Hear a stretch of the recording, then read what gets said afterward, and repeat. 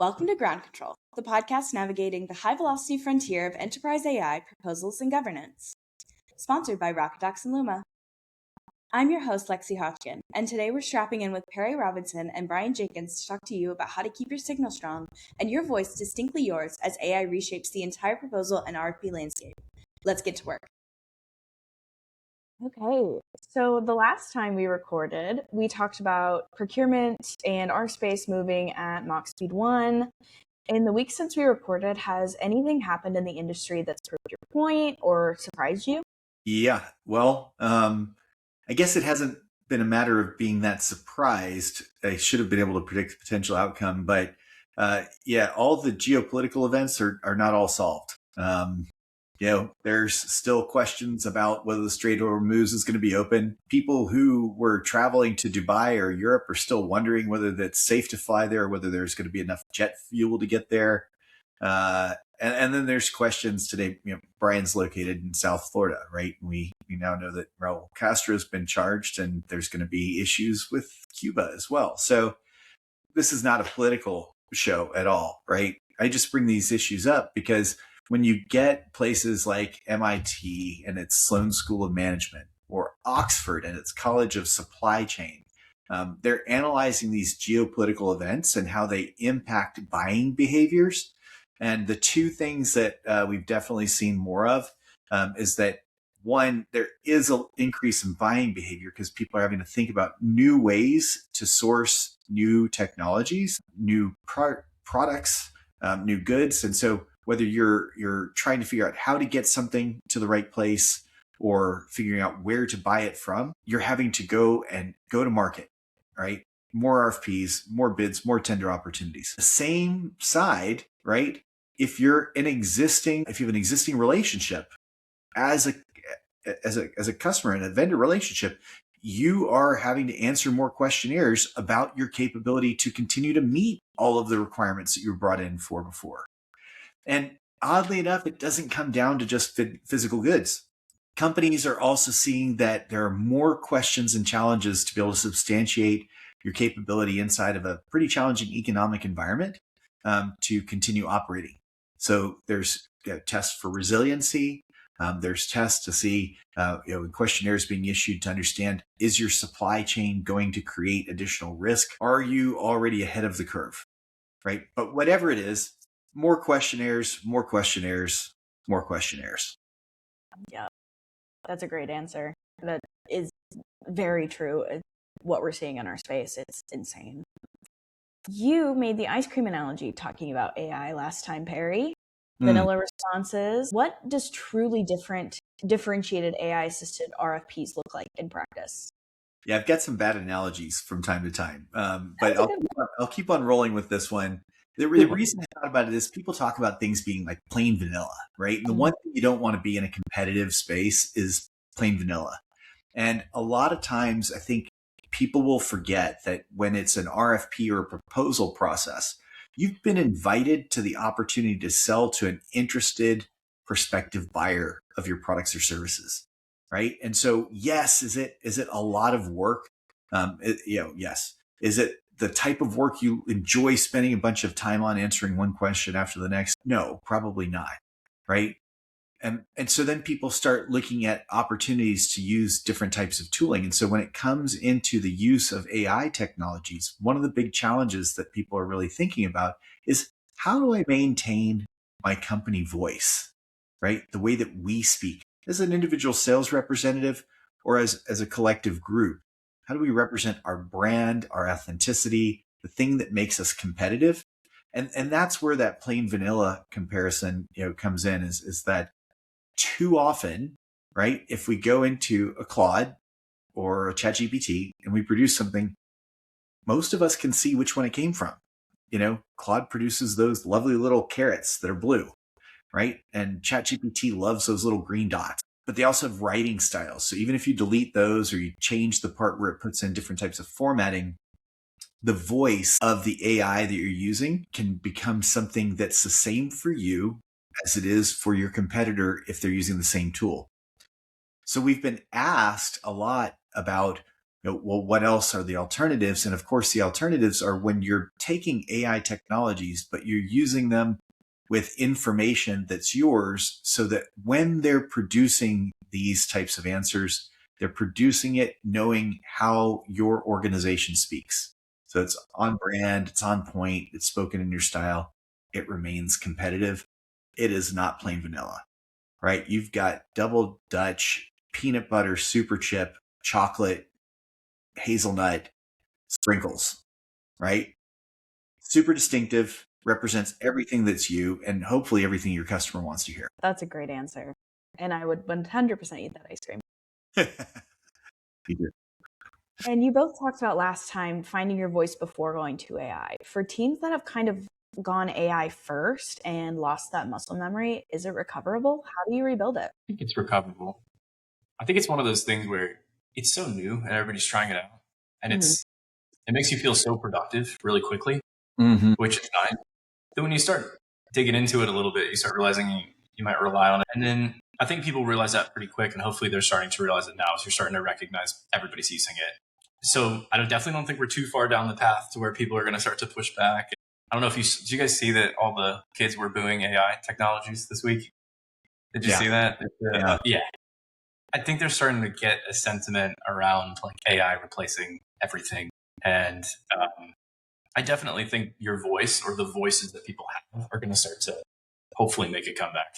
Because it's been a lot. I don't know, Perry, if you agree, but the stuff that I've seen examples wise, just written in general from emails and everything else, just starting to feel like you can tell when stuff's coming through there. It almost feels like the same person's emailing me, like a robot or whatever else, in multiple different facets of my life. So yeah, the email inbox is probably one of the biggest ways that we all end up seeing it, right? So it's the classic example of you're receiving an email that's been written by AI to make it look like it's created just for you based on some information, but I've seen some pretty interesting tricks too. People like trying to identify, how do I know when it's when it's getting really good? Because sometimes it does. It gets really good, gets really detailed about something that you posted on LinkedIn or podcast that you were listening to or on. So interesting one that I saw was somebody said that on their LinkedIn profile, they added a little line that says that if you want to sell me something, make sure you include your best banana bread recipe. Right. And so that person now, like, because the bots are going and scraping their LinkedIn profile before reaching out to them, they see that part, they think that it's actually a real thing. And so the last thing is that, oh yeah, and not to forget, here is my banana bread recipe. Right. And so now they can see, like, okay, I know when it's AI, but yeah, I think, Bryan, it's like there's some sort of a bit of a pushback that we're seeing.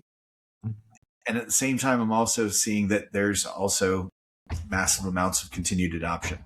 So I hear people at executive levels that are being measured based on token utilization, right? So it's like, are you using all the tokens that we've set as a minimum token utilization requirement for your business? And that's what I love about our approach. I think it's enough AI to help you without replacing your voice or who you are, which is, I really like that approach. I think more people are going to adopt that over time.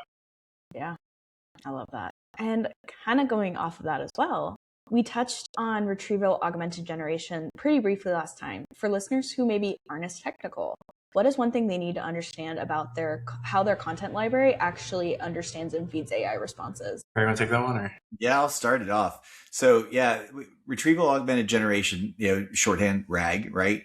RAG-based technology is a way to really get access to information that you have inside your own system. It's the most simple way to think about it. And that's versus having it to where the AI is going out to the internet and finding anything they can find, like you would on a Google search.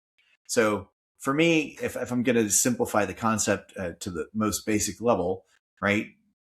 There's either the the books that I have in my own office space, right? And if I'm saying I just want to source information from those, then in this case, the AI is doing the equivalent of just getting access to that versus having access to like the entire New York City public library system with everything that it has on its shelf, which is the equivalent to the internet. Yeah, that's great. Yeah, and I'll add just back to your voice. It's nice because it's finding your voice right before, and also allowing you to pick different topics, right? So a lot of times AI, and Perry, you've probably seen this too, like when you unleash an AI on your whole entire library, if you get asked a certain question and it's relevant to a type of product that you offer or an industry, right? Or maybe even a region, if you just have bulk AI go out, it's going to find an answer to that question and it might be right, but what if the region's wrong, right? The question's going to get asked the same way. So RAG lets you pick the folder and say, hey, this is how we handle that strategy in that region. And it's going to pull that in for you. So that's really helpful too. Yeah, we've all seen that in the spelling that happens between the UK and the US, right? And somebody will pick that out. But interestingly, we're starting to see it as well in things where it's in the United States, the whole ESG reporting went from being a mandatory part of a lot of businesses to being one that's just not quite as highlighted, we'll call it. But if you're inside of the UK or Europe, it's still important. And so there's a lot more emphasis still on those spaces.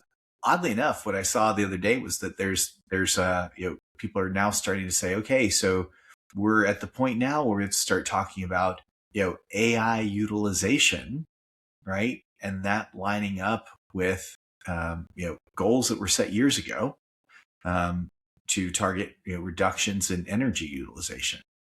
And so we've got this contrast that I was mentioning before with people who are pressing for more token utilization with having it to where there's a decrease in the amount of energy consumption that's happening. And so if you're sourcing your information for a particular answer, when you're in that competitive process, you definitely want to know whether you're speaking inside of an environment where a particular phrasing is going to be received positively or negatively.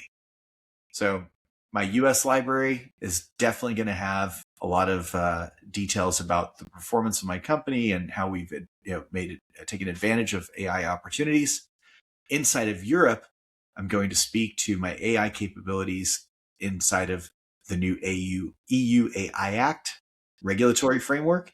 And I'm probably going to want to emphasize how I've intelligently figured out how to utilize AI without increasing the amount of energy consumption inside of my company, right? Same answer, same question, same question, right? Yeah. And different answers based on regional areas. Pivoting to human in the loop. Harry, you made a very strong case that it's not just a human in the loop, it's the right human. And when we talked to Christina Godfrey Carter, she also mentioned a very similar thing of you have to kind of step up and take that for yourself. And so my question to you is, how do you map that inside of organization, decide the right person, make the right decision? Who owns that decision? Oh, well, it's got to be team owned, right? So the human in the loop today, it kind of depends in part on where we want to actually deploy those human level capabilities. I think all AI systems should have a human reviewing, the accuracy of the results, even when it's just automating a process until you know that it's there. But when it's automating responses to things, then you want to have a human checking to see, is the information that's being sourced giving the right result? And then going back to the competitiveness, right? If we're in a competitive process, we want to move one step further and make sure that we still have the competitive voice and the persuasive component built in the way that we need to. So in terms of like which people in the organization, it could be down at a manager level and just thinking about like who on my team, right, is going to be best to help out with a particular activity, who's the subject matter expert for that. At a company-wide level, we've seen that best practices look like really having a cross-functional group so that you're thinking about those scenarios where, on the sales side, I might be thinking just about persuasiveness, but it's also important to maintain, all the regulatory and compliance obligations. So maybe I want to bring in somebody from the compliance team as well and get their perspective on what the best approach is. But Bryan talks to folks, all day long about a lot of this as well. So Bryan, what ends up coming up when you're speaking with folks that are really trying to figure out how to both deploy AI technology and to have, that human-based impact? Yeah, I mean, I talk to teams all the time and they're trying to figure it out, right? Like with AI replacing a lot of the repetitive work, they're trying to figure out like, one, how many humans need to be in the loop in the future? What's the ideal amount? And then there's like a balancing act between productivity of adding the AI, but then also figuring out how to make sure that those responses, like we talked about, actually keep the voice of the company. So what I've seen is like they're investing, or the good teams are investing a lot in people that have an AI background, that understand how to review, that are good writers, good proposal managers. Mm-hmm. And what they're doing is essentially allowing them to be empowered with tools, but making sure that they're kind of like Natasha on our team is a great example. She keeps people accountable. She makes sure that things are correct on the team. She'd be and she is our library manager for a reason. And those kind of people I'm seeing are the humans that are driving this. Yeah. And then it kind of comes to subject matter experts after that. Yeah. That's awesome. And so following up on that, what happens when the right subject matter expert is also pretty unavailable? How do proposal teams realistically solve that? Subject matter experts have perpetually been unavailable for RFP team managers. They would say it's the constant chase down work. Mm-hmm. So look, for anybody on that RFP team, it's critical that I think they understand two things. One is the SMEs are not trying to avoid them because they don't like them, right? It's they're trying to get other things done. And usually they're not actually given resources that account for the work that they have to do on helping out with RFPs. So, the process that involves them inside of the RFP process needs to be one that's easy for them as well. And then it makes it easier for the people on the RFP team side, because if you have it to where the SME is able to comfortably get the work done, right, then there's not as much follow-up work for you to do. There is follow-up work to do, and you do have to communicate with them, right? So the second part is, how can you do that in a way that's systematized, right, and that takes advantage of the capability to not have to search through your email sent files to see when the last time you actually asked the person inside of, the engineering department, whether the specifications that were listed are the correct current ones. So we always recommend, whatever you're doing, you're using a system, right? The system's got the capability both to store the information and keep it up to date, keep it signed off by the SMEs, but when you need to go back out to them, that you've got an easy way to facilitate communication and manage those communications as well. So you always want to look for a strong dashboard capability that's able to, at the touch of a button, shoot off an email, right? Also provides in-app notifications for the SME to be able to see when they're inside the system that there's some things for them to approve, right? And then, you want to look to the capability to have it to where their bulk capabilities to be able to send out like all the different SMEs inside of one RFP, all the email notifications about a change or a new question that's popped up at the same time. So it comes down to, single pane of glass, right? One place where you can go to manage everything. So what I'm hearing is more resources for SMEs 2026. More resources. Yeah. I don't think they're going to get them in 2026 with the way things are going. So work more effectively, more efficiently. Yeah, that's great. Which it actually kind of flows into our next question really well. If the library beats the algorithm, who's responsible for building and maintaining that? Bryan, this one's all yours.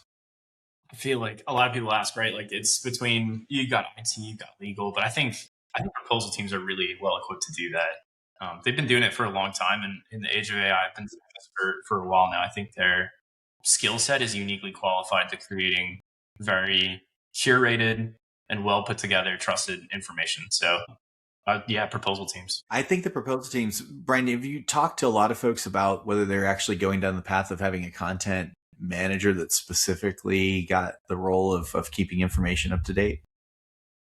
Yeah. It's funny that you say that, because I actually had I don't know if it's called a chief content officer or something like that. It was like there are becoming those kind of roles, and they are joining the calls most recently. So yeah, it's neat to see. I think stuff's changing so quickly. So there's new role titles during the Industrial Revolution, right? There's a bunch of new roles that nobody saw coming, and now a bunch of new AI roles that are coming, and stuff that didn't used to be necessarily role worthy are now very important and critical roles. Yeah. I've heard of that as transition roles as well, for people where, people are thinking about where they've got valuable team members and they're trying to figure out, where do you put them? And then I've also heard for new hiring practices on the sales side, I heard the marketing side. One of the chief marketing officer was talking about how, in the past, she would have been pushing for additional positions to open up for people to be content writers. Right. And then what she said, what's really changed is that today she wants to have content strategist. Right. And so you need to have somebody who can help to think about what needs to be written, because of course, generative AI is able to do a lot of the writing work. And so it's got a capability to do strong, persuasive writing. So now she needs a content strategist who, of course, has the capability to be the human in the loop and to revise and reframe, any pieces as needed. Awesome. I love hearing about all the different jobs that are opening up. That's so insane how quickly it's all changing. I got to add one more in there then, just because it got shared with me. So had another CEO this morning share with me a little interesting study between Meta and IKEA, right? And so in each of the circumstances, about 8,500 jobs that were displaced by AI technology, right? Or AI being, a place where the investment's happening. But big difference between what they each chose to do. So on the IKEA side, it was customer support folks that were actually working inside of their call center and were helping out with different types of things, probably helping people to understand those crazy IKEA instructions. But it was able to provide a solution that's able to do, I think 47% of the work or something like that. And 47% doesn't seem like that much, but that represented those 8,400 jobs. IKEA chose to retrain those individuals over about 2 or 3 month period of time and to give them the capability to start working inside of different areas, which is interior home design with IKEA using AI technology to help actually do it. So these folks didn't have to be designers themselves. They just had to be trained on how to deploy that technology. And apparently they created a whole additional $1.4 billion revenue stream in this new AI-driven design and decorating capabilities that are offered via their website. Meta, on the other hand, I think, as we've all seen, has gone down the path of just going with a straight headcount reduction. And so they're not taking those roles and retraining and deploying them into different functions. The argument that was being made by the person who's reporting on this is that it was a real missed opportunity. So yeah, AI is having strong impact on that side. What we see inside the RFP space is that when people are really thinking about it, they're thinking about, what do I actually need to have skill set wise?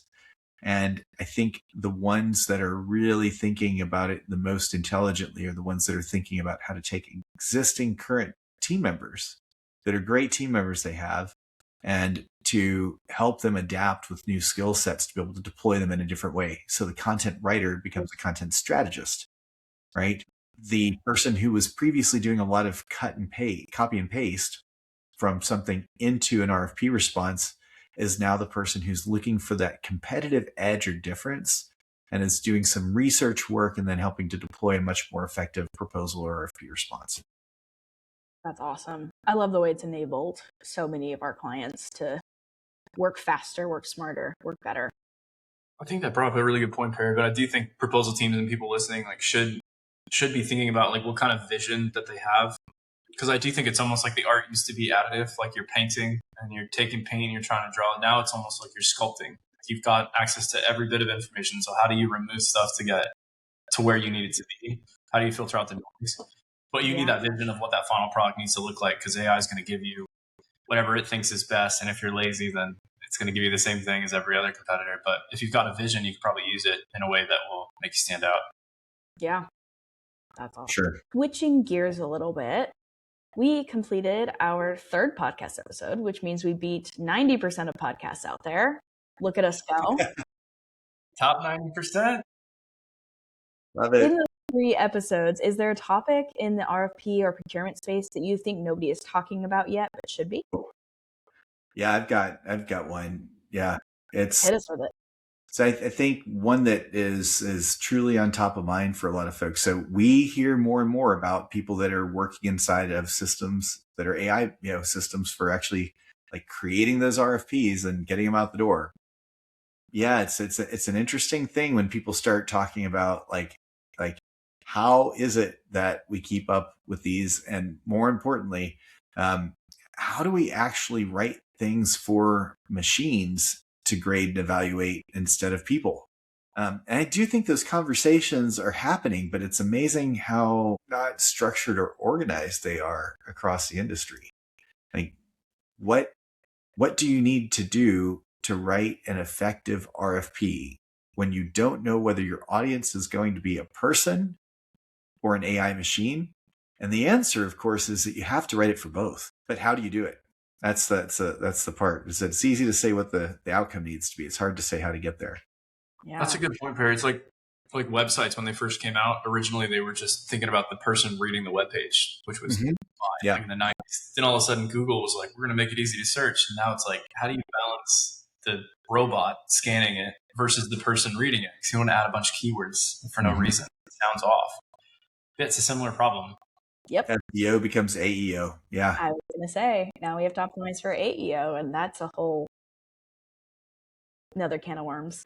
Yeah. Mine, I think something that I'm noticing that I think people are maybe starting to talk about but haven't really fully, I guess, considered is like how much, to Perry's point, the customers on the other side are going to be utilizing AI to review it, but also are they going to be asking questions that are more AI specific? Like, did you use AI to complete this response? Or you're not allowed to use AI to complete this response, like a public AI. And then how often are those people that are issuing the business, because they tend to drive what the rules are, because they're the ones giving the money out, are they going to lock down the ability to use an open model? Because they don't want, obviously, like a large company doesn't want their RFP to get ingested into a public model. So if you're relying on that kind of stuff, I think thinking about it now, it might be okay, but in the future, it might be something that if your whole process is aligned on using one of those larger tools, could be really bad overnight for you. So keep that in mind. I think it's funny, Bryan, you say that obviously, right, they don't want to have that information instead of a public model. But I think, the other part that's the elephant in the room is that, there's been a lot of direction. Just go ahead and adopt AI technologies, which has resulted in a lot of shadow AI utilization, right? It's resulted in a lot of people being pretty loosey-goosey with where information's going. And so, the elephant in the room is this is kind of like a musical chairs situation. At some point, the music's going to stop, and we're going to wondering now, like, where are people going to find that they're the one without the chair? Which could be the scenario where there's just a point where we rely so much on AI, and then there's some major issue, like some of the Microsoft systems that have been used for running airports, and then it stops working and flights get canceled.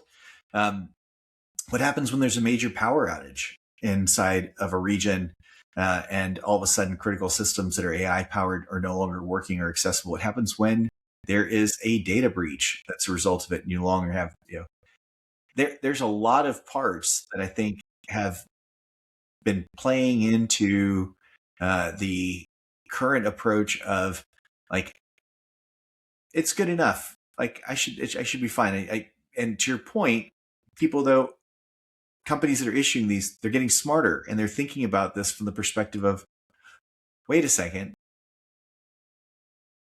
I actually have to think about whether a company I'm sending an RFP to is going to maintain their confidentiality obligations about the RFP process. And it's not whether they're going to openly share that when they're walking through the airport and have somebody, hear something they shouldn't. Is it going into a system? And then is that system going to be able to, start identifying that pattern? You and I have talked about the big problem, which is when it's a couple of large publicly traded organizations, right? And one of them is about to have a major contract canceled. What happens if that information gets out and people start actively trading shares based on the assumption that there's going to be a change in the price of that stock because they know that they're going to lose the biggest customer that they have? That's a pretty big deal. Mm-hmm. Yeah. I mean, that's stuff I don't think people have really considered yet, fully fleshed out. So see how it goes. It'll definitely be interesting to see where it continues to grow and then where it continues to shrink. Because you have those areas of, there's some times where it's grows so fast overnight and it's being adopted by everyone kind of constantly. And then there's some teams still aren't allowed to use AI in totality. They can't even use private or like our AI because we have a very secure system. Even still, they can't use those. So it's going to be interesting to see how those teams, some teams fail and some teams continue to grow. Yeah, and like I say, I think one of the other ones that comes to mind is that I kept on hearing for a while that people were saying, they're like, oh, well, we're just going to build this because we don't want to spend the money on building out this solution, or sorry, buying a solution from somebody else. And that build versus buy discussion for a while felt very easy, because where development resources, it used to be that it would take them like 1.5 years to create something, it goes down to, let's call it 6 or 8 weeks. Yeah, that's a huge reduction in the amount of time. But if we think about those resources, how many companies are actually continuing to add additional technological resources to staff and support each of those? And if they're able to build something in 8 weeks that used to take 18 months, how many additional products will they build that they have to maintain? And are they able to think through all of the different facets of what makes something actually work well, right? And makes it secure, and makes it resilient. So my favorite one, Bryan and I were on a call with a prospective customer, and it was a great comment about, sometimes, right, your internal IT team building something for you gives you something that's like being half pregnant, right? It's far enough along, but not quite there, right? And then the odd situation is when it's not getting that, they give you something that's fully completed, but then they're not going to give you ongoing support afterwards. So when they turn it over to you, it's ready to go, and it may even be great. But 6 months down the road, when it's no longer relevant, no longer the most advanced capabilities, and you ask for something else, they're already off to the next project. They don't have the resourcing to go back and do anything more than do basic maintenance. And you're left with a tool that now is no longer going to make it to where you're able to do, whatever the best, most current version of that technology is. It's also hard to go back and say, hey, can we buy it now? Like, no, what do you mean? Like, and it did cost money. It costs time. It costs the, it costs the compute. I mean, all whether it's us or any other provider, right? We're baking in typically the price of all of the compute into there, in addition to the cost of being able to keep the information, keep the system secure, up to date, to be able to lead with new product enhancements that keep things at the cutting edge. And then there's the staffing for support and having somebody who's able to answer questions when they come up. It's another thing people don't think about, is that we build it internally. Who is the support team, right? Who's going to answer the questions when you get locked out?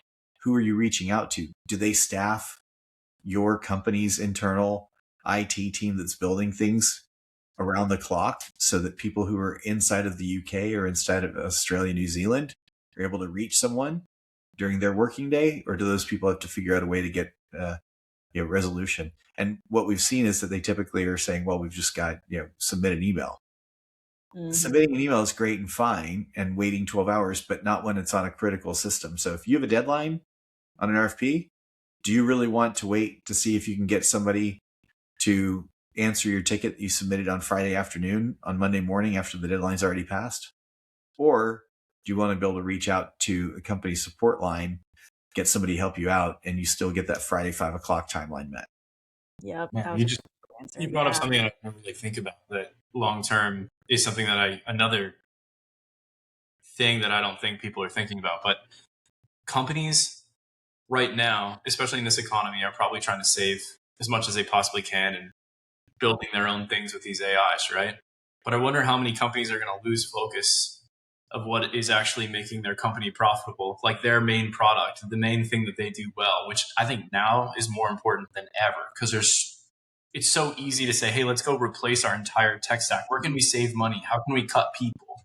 Back to the IKEA versus, whereas there's other visionary people that are like, how can we reutilize these people to make even more money? How do we use our resources to do the things that we're not doing right now that we could be doing, rather than saving money on building a tool that already exists?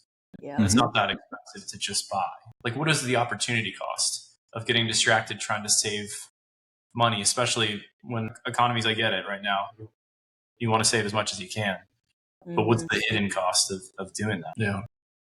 I think long term we're going to find out, because a lot of those companies think their own solutions are going to be like, wait, we forgot about our own product. Yeah. Now we built a bunch of tools inside, but none of them, they're all half pregnant. And now it's like, we don't have any good tools, and we've got one guy left doing all the tools with the AI Copilot thing. Like, it's kind of a self-fulfilling prophecy there. Just keeps cycling down.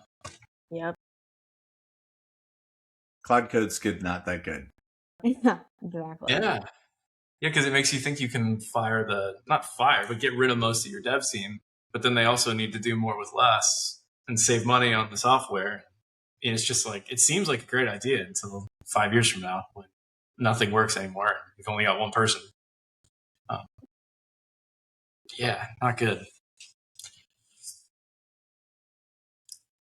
Lexi, I'm going to throw one more thing in there first quickly. Yeah, so there's one other interesting part that has been coming to mind lately. We call it company knowledge, and we talk about it for reg-based utilization. But interestingly, when you look at companies like Stack Overflow that have had to go through and think about a way to pivot, because effectively what they were is a information exchange platform for folks. It's how do you put knowledge and information to work, right? And one of the things that we've seen that's really, really an interesting one that I'd love to, Bryan, hear your thoughts, like where are you hearing customers talk about it, is people are starting more and more to realize that, whether you call it garbage in, garbage out, right? Or just saying the better curation of your information, the better results you're going to get from your AI. What are the ways that you're hearing customers think about how they can actually take the information they already have and put it to work in new and novel ways to make them more competitive in the RFP and proposal space? Yeah, absolutely. And to your point, the teams that are thinking about that are the ones I think that are winning the most. As far as when I talked about win rates and everything else, it's the companies that have really put an emphasis on saying, hey, how can I create a library that's up to date? And how can I use that in the most novel and unique ways possible? So in our case, I think it's setting up workflows, making it easy back to SMEs, right? Making it easy for them to update. And then really holding like the team accountable to a process that's easy, that feels natural to the workflow that's already there.